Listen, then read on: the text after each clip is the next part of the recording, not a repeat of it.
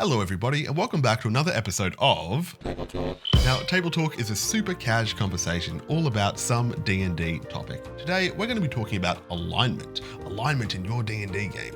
So we're going to dive into Reddit, we're going to look for people's burning questions and their hot takes and distill it, alchemy-like, into some kind of useful something. It's going to be fun.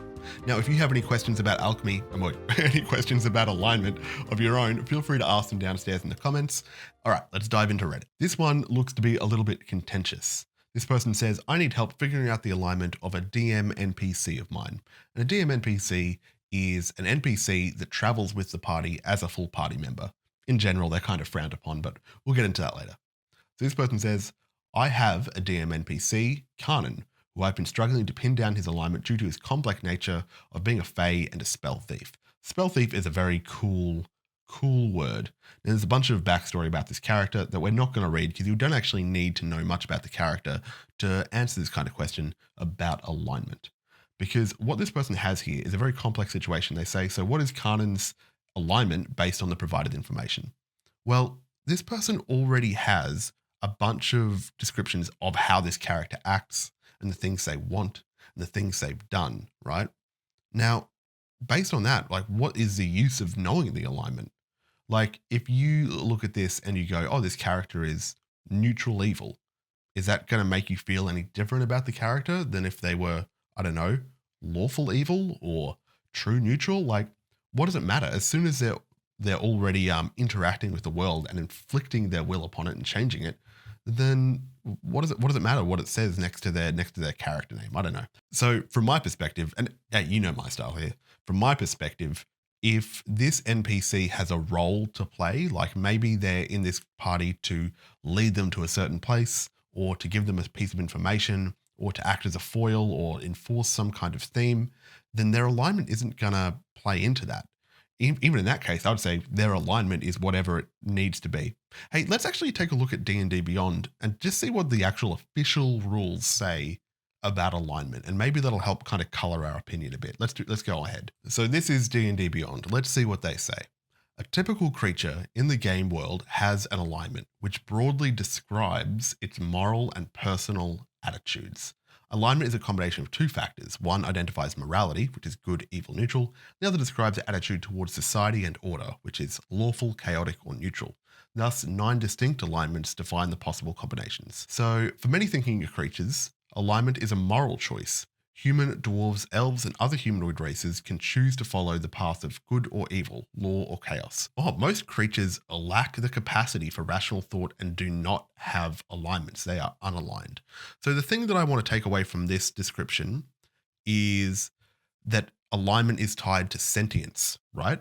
Or maybe sapience. I don't know the difference between those two. If there's like a robot nerd in watching this, hey, tell me what the difference between sentience and sapience, because I do not know. And the other bit that I want to highlight is this bit up here where it says it broadly describes its moral and personal attitudes. So it describes, it doesn't prescribe. For example, it would be wrong, or I think it would be crappy for a dungeon master to say, hey, your alignment is lawful good, therefore you must behave in this way. No. It's the other way around. They are behaving this way, so their alignment is X. Okay, here's one. I'm curious about how other people think of alignments. So what is this question you're going to get at? Oops, Australian internet, loading. As the title says, I would like to know how others treat alignments. Like, what does it mean to be chaotic good or neutral evil, etc., to you and those you know? I'm curious because I know some people believe that chaotic evil is just an excuse to be a murder hobo, but I and those I play with have a different view on it. Okay, that's pretty interesting. That's interesting. What do the alignments mean?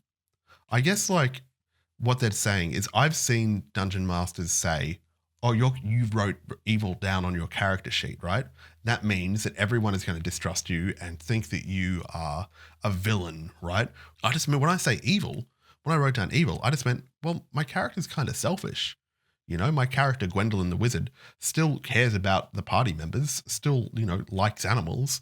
But when push came to shove, she would do bad things to protect her friends. Like she's evil. She doesn't really think about others in her in her thought process when she's making moral choices. She's evil, and maybe she can be kind of cruel or capricious. But to other people, they go, "Oh, evil. That means you're the baddie. That means you're the villain. That means you want to destroy the world." And I suppose the difference here is between the word villain and the word evil, because a villain. Let's look up a picture of a villain for just for fun. Here we go. So look at all these villains. You know what I mean? Some of them might not even be evil, right? Some of these people might not be evil. Who knows? But a villain is just something that takes part in the story. They're a tool that you have. You know, they are the antagonist. People use these words. The protagonist is the person that's driving the story forward, and usually they're going to be the point of view character. And the antagonist is going to be the person that's trying to stop that progress or hinder that protagonist. So the villain here would be the antagonist. That doesn't necessarily make them evil. It's just a role they're playing in the story to try and impede the progress of the heroes, or to, you know, with goals that run counter to their interests. You know, is Gollum a villain? He's actually, that's actually a good one. I don't think Gollum is a villain. You know, he is evil. Oh, I'm falling into the trap. I'm falling into the trap. Here's what people do. I'll show you. They go like, "What alignment am I?" You know?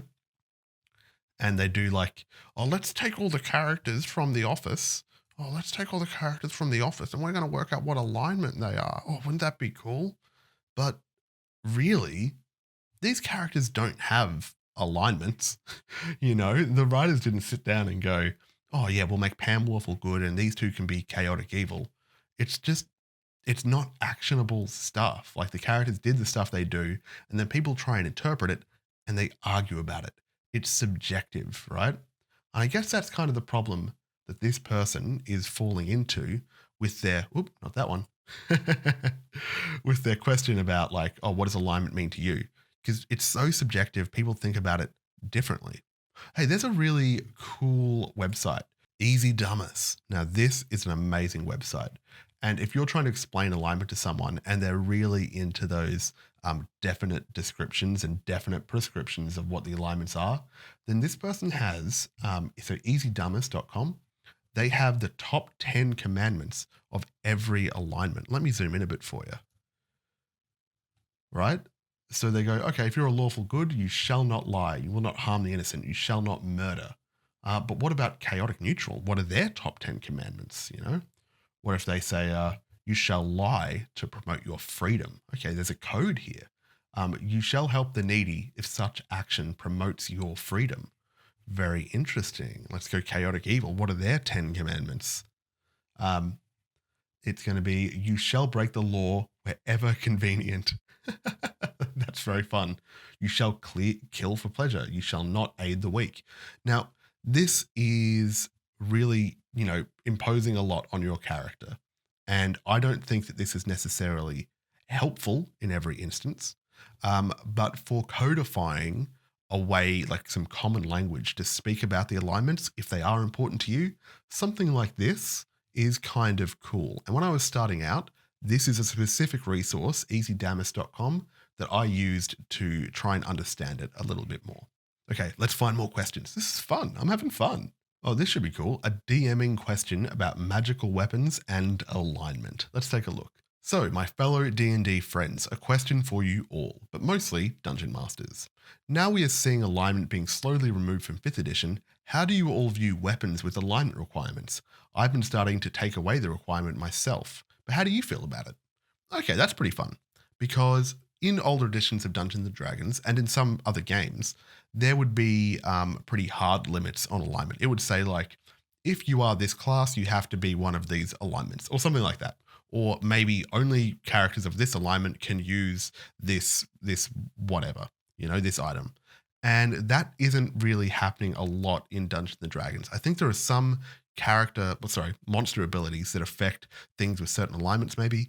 And there are definitely some magical items that get bonuses if you are a certain alignment, or they change in some fun little way. For example, I think there are some items in Curse of Strahd that say if you are a lawful good, I don't know, paladin or something like that, then you can attune to this, or you get this special kind of thing. Or I remember like in Princes of the Apocalypse, I think there was a weapon out there that could only be used by like a lawful good dwarf or something like that. And that is happening less and less. The thing is, I'm actually kind of for that. You know what I mean? I know that alignment is kind of meaningless in the sense the way that it informs the way you play your character. But if you are playing your character in a certain way and you think that they do fall into a certain category, I reckon that's kind of cool. Like, I would say, I'd say characters can self-identify to what alignment they have, right? The player knows the character the best. And if they say, no, I'm lawful good, then I guess it's up to the dungeon master just to go, yeah, I guess you are. I guess you are lawful good. That's fine. And maybe it's up to them to challenge them every now and then on that. With like moral choice and this kind of stuff, put, trolley problem repeatedly in front of them and see, oh, how do you react? How do you feel? Are you sure? Like, what do you want? If that's fun for them. But the idea of saying, hey, only a good person can wield this hammer, this Thor's magical hammer or whatever, someone worthy, and then giving it to the players and having them ask themselves, am I lawful good? Yeah, I think I am. And, and then believe them. But sometimes the characters might even go, am I lawful good? Well, maybe I'm not. You know what I mean? I did do that. I did do this. Oh, blah, blah, blah. And that's kind of cool. And they could decide whether they could wield it or not, or whether they qualify. But you just need to, I feel, this is my opinion, I feel it would be fun to kind of blur the lines a bit, and let different kinds of characters do different kinds of things. Let's see what people are saying. Let's see what's saying about this one. Unpopular opinion. Alignment is the most important thing on the character sheet. Oh, it helps inform every decision a character makes. I'd get rid of all the attributes before I'd get rid of alignment. Hey, I don't agree, but that is a spicy opinion. Oh, that's so spicy. I really like that. Yeah, most important. Look, it's important. I reckon alignment is more important than the attributes. You know what I mean? Because people that are misinformed about alignment use it to make their decisions rather than looking at their character as an actual story element. They look at their alignment and go, oh, how my character act. But if they are using their alignment to make character decisions, well, that's the game. The game is literally just making decisions. I think rolling dice is secondary. Yeah, I think alignment is more important than attributes. Oh, man. Oh, that spice got me. He got me. He converted me. There is one more thing I want to talk about with alignment, and we'll find a question to illustrate it. Here's a spicy question. Can we change alignment forcibly, as in by force? Hey guys, due to some mishaps with the deck of many things, one of our party was just changed from lawful good to chaotic evil. It was very funny and she's doing a good job of role-playing it, but she isn't a fan of it at all. We talked to the Dungeon Master and I'm pretty sure he is taking this into consideration to keep it fun for her. I was wondering if there's anything we can do as level 7 players to help this along. I did a little research, but it seems like the DM will need to set it up a bit for us. Any advice is appreciated. So we have a character here that has changed alignment due to something in the game. They've drawn the wrong card from the deck of ending campaigns early, and they've changed their alignment.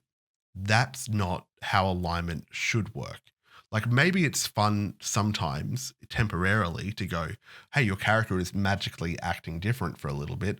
Maybe that might be fun for the player to kind of step outside their zone and kind of explore the boundaries of their character from the outside rather than from the inside. But in general, that's not how character change should happen. By the same token, there should never be an instance, I don't think, of a character behaving in a certain way and the dungeon master saying, your alignment is now chaotic evil because of what you've done. I'm going to change your alignment. I don't like that at all. I think that the players should be the arbiter of what their alignment is.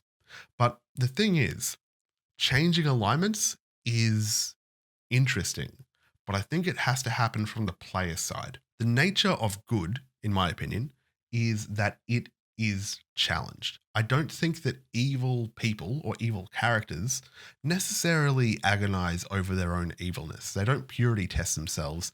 They don't go, oh, was this the right thing to do? I feel like they sometimes have confidence, and maybe that's a little bit reductive. But I just kind of like the idea of testing alignment. And so sometimes if your player takes a position about their character, sometimes it is very helpful as a dungeon master to put something in there to specifically challenge them on that opinion and really give them a test. And maybe the player will learn something about their character. So for example, if your player is going, "Oh, hey, I'm a druid and I will do anything to protect animals." You go, "Okay, cool. Just write that down." And then maybe 5 sessions later, be like, "Here's a situation where you have to do like a trolley problem, and one of the solutions will hurt these animals, but the other thing is something that's very materially important to you." And going, which of these is more important to you, and how do you feel that changes your alignment? And putting those moral tests with someone's alignment, I suppose that's a useful way to use their alignment. Yeah. Hey, what did you think about this chat about alignment, this little table talk? Was this fun? I've had a lot of fun. There wasn't a lot of jokes. I didn't do a lot of jokes in this one. Hey, everybody downstairs, these are all my patrons. Thank you so much for the support, patrons. And downstairs in the bottom left, you can see, bottom right, you can see my podcast. No plan, no problem. Yeah. Hey, thanks for chatting. Subscribe to the channel. I'll see you later. Take it easy.